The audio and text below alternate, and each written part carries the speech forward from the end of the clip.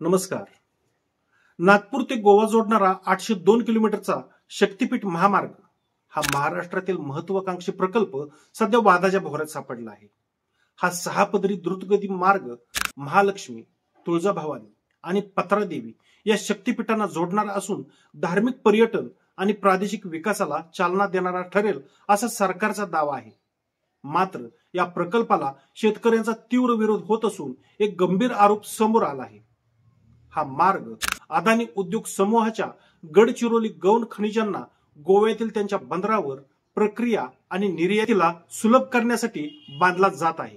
कोल्हापूर, सांगली, बीडसह 12 जिल्ह्यातील शेतकऱ्यांनी भूसंपादनाविरोधात आंदोलने केली असून सोशल मीडियावरही या प्रकल्पाला खनिज तस्करीचा मार्ग ठरवले जात आहे. या वादाच्या मुळाशी काय आहे आणि हा मार्ग खरोखरच भाविकांसाठी आहे की उद्योगपतींच्या हितासाठी आहे याचा शोध घेणारा आमचा हा व्हिडिओ. नमस्कार, मी सुधीर गोडके आणि आपण पाहताय मराठी टाइम्स. नवनवीन माहितीपूर्ण व्हिडिओ पाहण्यासाठी आमचा चॅनल नक्की सबस्क्राईब करा. महाराष्ट्रातील नागपूर ते गोवा जोडणारा शक्तीपीठ महामार्ग हा 802 किलोमीटर लांबीचा महत्वाकांक्षी प्रकल्प असून सध्या चर्चेचा विषय ठरला आहे. हा 6 पदरी द्रुतगती मार्ग वर्धा येथील पवनार पासून गोव्यातील पत्रादेवीपर्यंत पसरलेला असून तो विदर्भ, मराठवाडा, पश्चिम महाराष्ट्र आणि कोकणातील 12 जिल्ह्यांना जोडणारा आहे. या मार्गामुळे प्रवासाचा वेळ 18 ते 21 तासावरून 7 ते 8 तासापर्यंत कमी होईल. तसेच धार्मिक पर्यटनाला चालना मिळेल असे सरकारचे म्हणणे आहे. कारण हा मार्ग कोल्हापूरची महालक्ष्मी, तुळजापूरची तुळजाभवानी आणि गोव्यातील पत्रादेवी या 3 शक्तीपीठांना जोडतो. त्यामुळे याला शक्तीपीठ महामार्ग असे नाव देण्यात आले आहे. पण या प्रकल्पाला आता एक वेगळाच रंग प्राप्त झाला आहे. हा महामार्ग अदानी उद्योग समूहाच्या खनिज वाहतुकीचा मार्ग असल्याचा गंभीर आरोप झाला आहे. 2025 मध्ये जेव्हा महाराष्ट्र राज्य रस्ते विकास महामंडळाने म्हणजेच MSRDC ने या महामार्गासाठी भूसंपादनाची अधिसूचना जाहीर केली तेव्हा शेतकरी आणि स्थानिक समुदायामध्ये असंतोषाची लाट उसळली. कोल्हापूर, सांगली, सोलापूर, बीड, लातूर, यवतमाळ अशा 12 जिल्ह्यातील सुमारे 28,000 एकर जमीन संपादित करण्याचे प्रस्तावित आहे, ज्यामुळे लाखो शेतकऱ्यांच्या उपजीविकेवर परिणाम होणार आहे. या विरोधात शेतकऱ्यांनी रस्ते अडवले, मोर्चे काढले आणि काही ठिकाणी पोलिसांनी आंदोलकांना ताब्यातही घेतले. याच दरम्यान सोशल मीडियावर आणि स्थानिक चर्चामध्ये एक गंभीर आरोप पुढे आला आहे. हा महामार्ग धार्मिक पर्यटनासाठी नसून गडचिरोलीतील गौण खनिजे म्हणजेच मायनर मिनरल्स गोव्यातील अदानीच्या बंदरावर प्रक्रियेसाठी आणि निर्यातीसाठी नेण्याचा हा एक डाव आहे. सोशल मीडियातील X वर राजू शेट्टी यांनी 15 जुलै 2025 रोजी पोस्ट केले की राज्य सरकारचा शक्तीपीठ महामार्ग करण्याचा हेतू हा भाविकांच्या सोयीपेक्षा अदानी समूहाचे गौण खनिज गडचिरोलीमधून थेट वास्को येथील त्यांच्या पोर्टवरून परदेशात निर्यात करायचे असल्यानेच भाविकांचे कारण दाखवून हा प्रकल्प जनतेच्या माथी मारला जात आहे.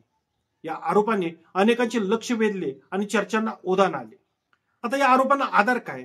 तर शेतकरी आणि कार्यकर्त्यांचा दावा आहे की गडचिरोली आणि चंद्रपूर सारख्या खनिज संपन्न भागामधून लोह खनिज, चुनखडी आणि इतर गौण खनिजाचे उत्खनन वाढले आहे. अदानी समूहाच्या गोव्यातील वास्को येथील बंदर आणि त्यांच्या औद्योगिक प्रकल्पांशी हे खनिज जोडले जातात. शक्तीपीठ महामार्गामुळे गडचिरोली ते गोवा हा प्रवास जलद आणि कमी खर्चाचा होईल, ज्यामुळे खनिज वाहतूक सुलभ होईल. कार्यकर्त्यांचे म्हणणे आहे की हा महामार्ग धार्मिक पर्यटनाचा भान असून प्रत्यक्षात मोठ्या उद्योगपतींच्या हितासाठी बांधला जात आहे. बीडमधील आंदोलक आणि वकील अजय बोरांडे यांनी असा आरोप केला की काही अधिकाऱ्यांनी गावोगावी जाऊन शेतकऱ्यांना धमक्या दिल्या आणि सरकारची भूमिका शेतकरी विरोधी आहे. शेतकऱ्यांचा आणखी एक आक्षेप आहे की हा मार्ग पूर नियंत्रण रेषेतून म्हणजेच फ्लड कंट्रोल लाईन मधून जात असल्याने पर्यावरणाला हानी पोहोचेल आणि शेतीवर अवलंबून असलेल्या गावांचे नुकसान होईल. लातूरमधील कार्यकर्त्यांनी माहितीच्या अधिकारातून विचारले की या प्रकल्पाचा सविस्तर अहवाल म्हणजेच DPR तयार आहे का, परंतु सरकारकडून स्पष्ट उत्तर मिळाले नाही. महाराष्ट्राचे मुख्यमंत्री देवेंद्र फडणवीस यांनी या प्रकल्पाला हिरवा कंदील दाखवताना सांगितले की शक्तीपीठ महामार्गामुळे धार्मिक पर्यटन, रोजगार निर्मिती आणि औद्योगिक विकासाला चालना मिळेल. हा मार्ग महालक्ष्मी, तुळजाभवानी, पात्रादेवी यांच्यासह औंढा नागनाथ, परळी वैजनाथ या ज्योतिर्लिंगांना जोडेल. तसेच पंढरपूर, अक्कलकोट, गाणगापूर यांच्यासारख्या तीर्थक्षेत्रांना जोडेल. सरकारचा दावा आहे की हा 83,700 कोटी रुपये खर्चाचा प्रकल्प विदर्भ, मराठवाडा आणि कोकणातील आर्थिक मागासली पण दूर करेल. 13 जानेवारी 2025 रोजी सह्याद्री अतिथीगृहात झालेल्या बैठकीत फडणवीस यांनी अधिकाऱ्यांना कामाला गती देण्याचे आणि सर्वांना विश्वासात घेण्याचे निर्देश दिले. याशिवाय हा मार्ग ग्रीनफील्ड असल्याने पर्यावरण आणि विकास यांचा समतोल राखला जाईल असा दावा सरकारने केला आहे. या प्रकल्पाला विरोध आणि पर्यावरणीय चिंता कशा आहेत ते बघू. कोल्हापूर, सांगली आणि बीड मधील शेतकऱ्यांनी या प्रकल्पाला तीव्र विरोध केला आहे. त्यांचे म्हणणे आहे की समृद्धी महामार्गासारख्या प्रकल्पांनी शेतकऱ्यांनी फारसे भले केले नाही. मग शक्तीपीठ महामार्ग कसा फायदा देईल? बीड मधील पिंपळा, धायगुडा आणि बर्दापूर फाट्यावर शेतकऱ्यांनी रस्ता अडवला आणि सरकार विरोधात निदर्शने केली. काही ठिकाणी पोलिसांनी आंदोलकांना ताब्यात घेतले, ज्यामुळे तणाव वाढला. शेतकऱ्यांना भीती आहे की जमीन गमावल्याने त्यांचे जीवनमान उद्ध्वस्त होईल, विशेषतः ज्या भागात शेती हाच एकमेव उदरनिर्वाहाचा मार्ग आहे. पर्यावरण कार्यकर्त्यांनीही हा मार्ग पूरग्रस्त भागातून जात असल्याने नद्या, जंगले आणि जैवविविधतेवर परिणाम होईल असा इशारा दिला आहे. याशिवाय 11,000 हेक्टर जमीन संपादनामुळे मोठ्या प्रमाणात वृक्षतोड होण्याची शक्यता आहे, ज्यामुळे पर्यावरणातील असंतुलन वाढेल.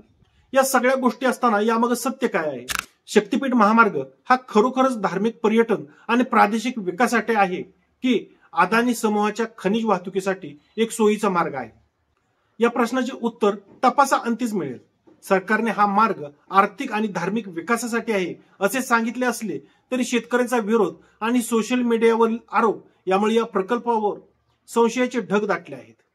गडचिरोलीतील खनिज वाहतुकीचा आणि अदानी बंदराशी संबंध असल्याचा दावा सिद्ध झाल्यास हा प्रकल्प मोठ्या वादाच्या भोवऱ्यात सापडू शकतो. सध्या शक्तीपीठ महामार्गाचे काम कोल्हापूरसह काही भागात थांबले आहे आणि सरकारला शेतकऱ्यांना विश्वासात घ्यावे लागेल. हा मार्ग खरोखरच शक्तीपीठाचा आशीर्वाद घेऊन येईल की शेतकऱ्यांच्या रक्त आणि अश्रूंनी माखलेला असेल हे येणारा काळच सांगेल. या तपासामागील सत्य उलगडण्यासाठी सर्वांचे डोळे तपास आणि सरकारच्या पुढील पावलावर खिळले आहेत. तुम्हाला काय वाटतं? हा शक्तीपीठ महामार्ग अदानी यांच्या प्रकल्पासाठी बनवला जात आहे की खरोखरच लोकांच्या काळजीतून, लोकांच्या धार्मिक पर्यटनासाठी बनवलं जात आहे? तुम्हाला काय वाटतं? नक्की कमेंट करून सांगा. आमचा एपिसोड आवडला असेल तर नक्की लाईक, शेअर आणि सबस्क्राईब करा. धन्यवाद.